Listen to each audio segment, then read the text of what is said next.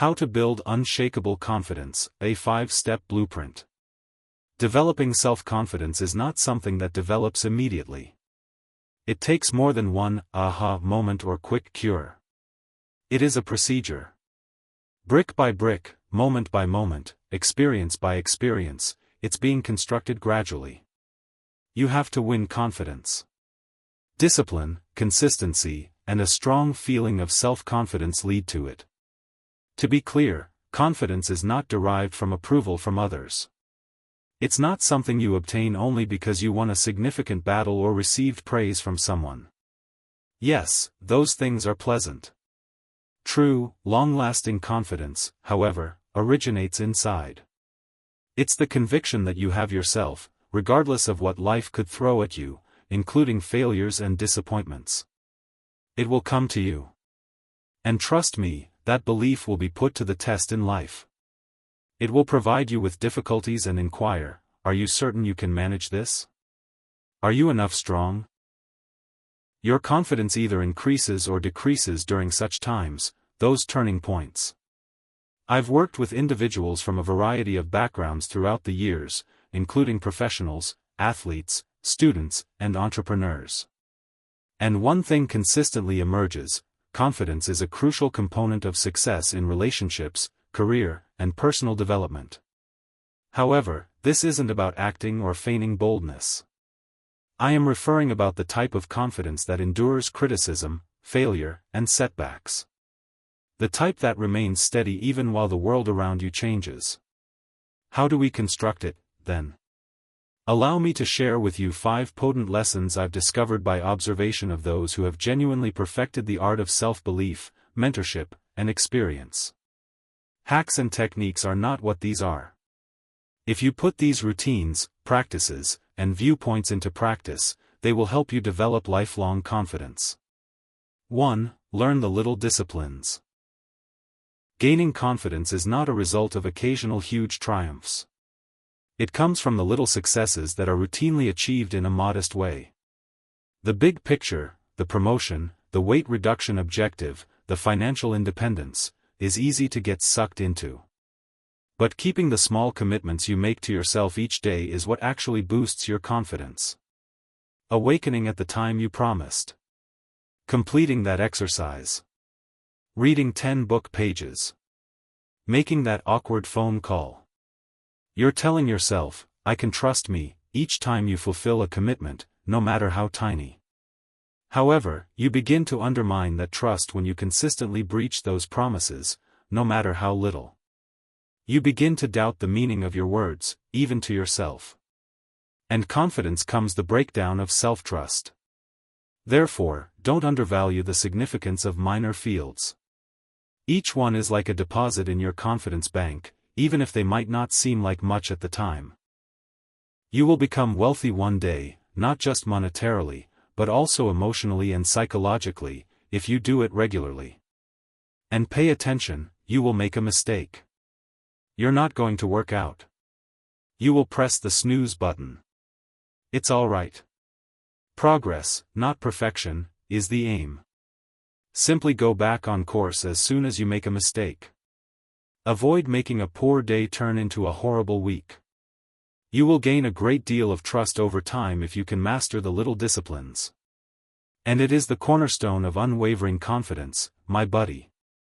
2. Don't run from your fears. Fear is the one thing that subtly undermines confidence. Even if you possess ability, expertise, and even achievement, your self-belief will always be undermined if fear is subtly controlling the situation.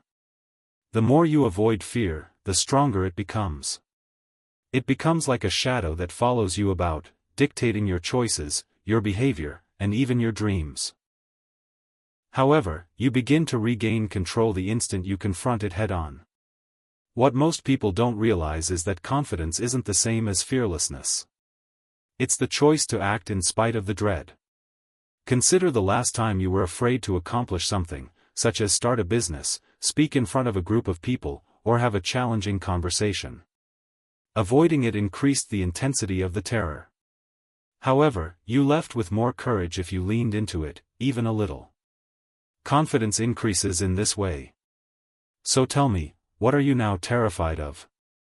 Which activity have you been putting off because you find it uncomfortable? Take a tiny move in the direction of whatever it is. No jump.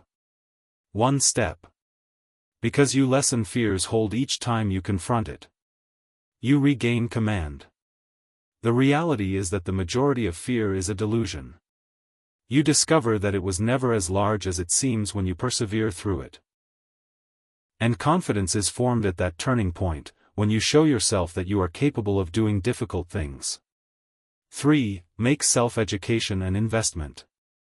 Knowing that you are equipped to deal with life's challenges gives you confidence. And you develop those tools by learning new things all the time. I'm not referring to official degrees here. I'm referring to deliberate, independent learning. Go through books. Observe classes. Take in podcasts. Study your skill. Learn about your field. Take a look at yourself. You get more confidence as you mature, not only in your knowledge but also in your capacity for problem solving and adaptation. I adore this quote. You may earn a livelihood with formal schooling. You will become very wealthy if you educate yourself. And that's exactly what I've discovered. I knew very nothing about business, leadership, or communication when I first started my adventure. However, I was eager to learn. I read all I could. I paid attention to mentors. I made notes. And each time I gained new knowledge and put it to use, my confidence increased a bit. It goes beyond simply having knowledge. It's about putting your knowledge to use. Acquire a skill? Make use of it. Acquire knowledge? Put it into practice. Error?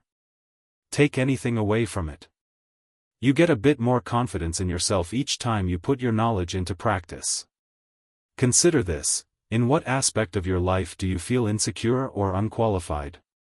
Now ask yourself, what knowledge could you get to feel more prepared? Today, resolve to invest in yourself. Go through one book. Select a single course. Locate a mentor. Because you'll feel more capable of handling life's obstacles the more you study. 4. Assemble the correct people around you. Your views, beliefs, and yes, even your confidence, are shaped by the people you spend time with. You may not realize how important your surroundings are. It will not be long until you begin to do the same if you are surrounded by individuals who continuously cast doubt on you, criticize you, or act small.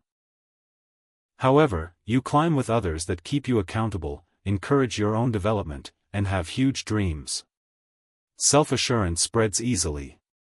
The harsh reality is that you need a new circle if the one you're in is dragging you down. That doesn't imply excluding everyone. However, it does entail choosing carefully who you spend time and effort with. Look for mentors. Become a part of growth-minded community. Look for others who are traveling along the same route as you. Furthermore, number isn't the only factor. Quality is the key. Do you have energetic, powerful, and meaningful conversations? Or are they draining and shallow? Being in the right company fosters confidence. Thus, keep your circle safe. Create connections that challenge you to advance. And observe how your conviction in yourself grows stronger.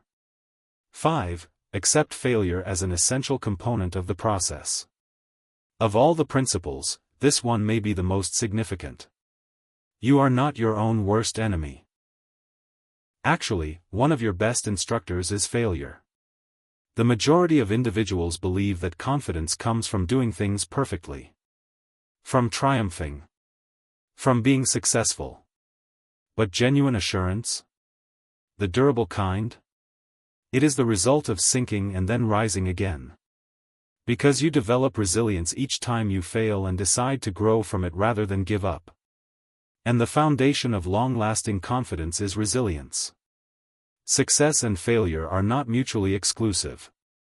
It is a portion of the path to it. It is unavoidable. Only you can choose how you will react. So, it's good if you've failed recently. You're making an effort, then. You're stretching, then.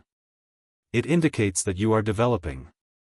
Don't let failure define you, though. Allow it to polish you. In order to advance toward what works, let it educate you what doesn't. Allow it to fortify your resolve. Allow it to strengthen your confidence. You will be more inclined to take chances if you become more at ease with failing. Additionally, you develop more the more chances you take. And confidence is born out of progress, real, steady growth.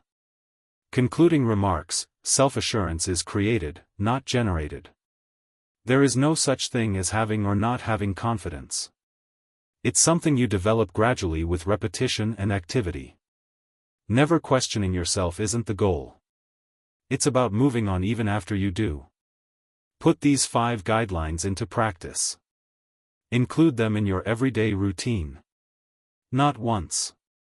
Not for a week. But repeatedly, until they become a part of your identity.